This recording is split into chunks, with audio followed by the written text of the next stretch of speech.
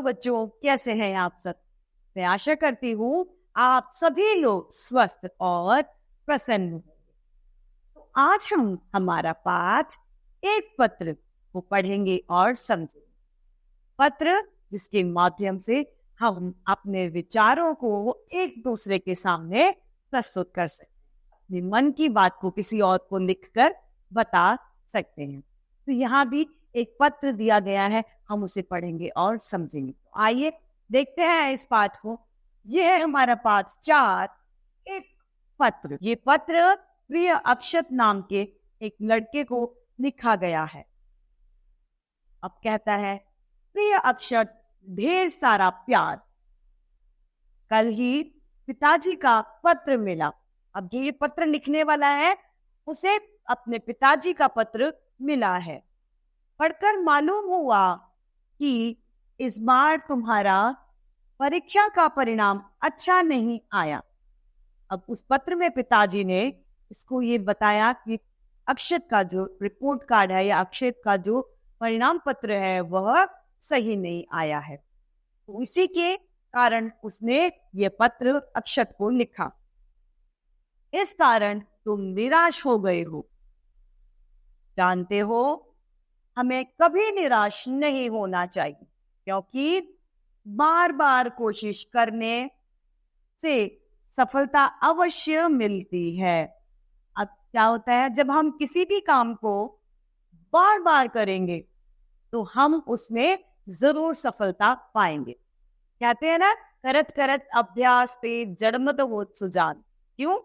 क्योंकि जब हम किसी चीज का लगातार अभ्यास करेंगे तो हम उसमें निपुण हो जाएंगे, क्योंकि हमने उसका अभ्यास ही कितना किया।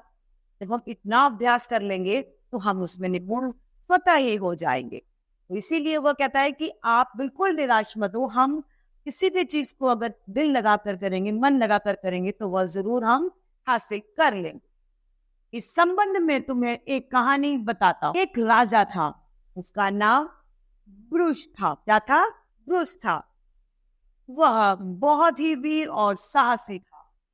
उसने कई बार युद्ध में विजय पाई, लेकिन परंतु एक बार युद्ध में वह अपने शत्रुओं से हार गया। उसके बहुत से सैनिक भी मारे गए तथा बचे हुए इधर उधर भाग गए।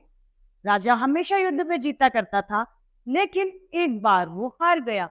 उससे क्या हुआ? उसकी सेना टूट गई। कुछ तो मर गए और कुछ इधर उधर अपनी जान बचा के भाग गए। राजा ब्रुस बिल्कुल अकेला रह गया। वह किसी तरह छिपता छिपाता एक जंगल में पहुंचा। जंगल में एक गुफा थी, वह गुफा में ही रहने लगा। अब वो अपनी जीवन आगे महल में तो रह नहीं सकता था, क्योंकि अब वो राजा नहीं रहा। तो वो जान बचा के जंगल में भाग गया और जंगल में एक गुफा में छिपकर वहां से रहने लग गया। युद्ध में हार जाने से राजा बहुत दुखी था, क्योंकि उसका राजपाट और महल आदि सब कुछ छीन गया था। क्यों छीना? क्योंकि वो युद्ध में हार गया था।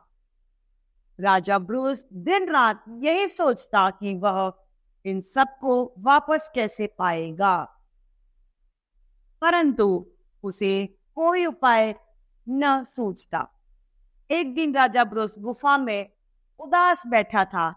तभी उसने देखा एक मकड़ी गुफा की दीवार पर चढ़ रही थी। अब उसने क्या देखा? जो मकड़ी होती है ना, वो एक गुफा की दीवार पर चढ़ रही थी। थोड़ी ऊंचाई पर चढ़ने के बाद वह फिसल कर गिर पड़ी। वो थोड़ी चढ़ी और फिर से गिर गई। वह बार बार ऊपर चढ़ने की कोशिश करती, किंतु हर बार नीचे गिर जाती। वो ऊपर चढ़ती नीचे गिरती, ऊपर चढ़ती नीचे गिरती। ऐसा हर बार उसके साथ हुआ, लेकिन अंत में वह दीवार पर चढ़कर ऊपर पहुंचने में सफल हो गई। अब मकड़ी चढ़ती गिरती चाहती तो वो भी हार मान जाती। वह भी हार मानकर चुपचाप नीचे बैठ जाती, लेकिन उसने हार नहीं मानी। उसने क्या किया? उसने बार बार चढ़ने का प्रयास किया। मैं एक बार चढ़ूंगी, 2 बार चढ़ूंगी, 3 बार चढ़ूंगी, और चौथी बार वह स्वतः ही उस दीवार पर चढ़ गई। किस वजह से हुआ? उसने प्रयास किया। यह देखकर राजा हैरान रह गया। उसने मन में यह सोच लिया कि यदि मकड़ी बार बार कोशिश करके दीवार पर चढ़ सकती है तो क्या मैं युद्ध में विजय नहीं प्राप्त कर सकता? उसने सोचा, जब ये मकड़ी प्रयास कर कर कर अपनी लक्ष्य को प्राप्त कर सकती है तो मैं क्यों नहीं कर सकता? मैं भी जरूर इस काम को कर सकता हूँ। जब मैं भी लगातार प्रयास करूंगा तो मैं भी अपनी चीज को जरूर पा लूंगा। वह समझ गया उसकी निराशा और दुख का वही अंत हो गया। उसके विचार बदल गए।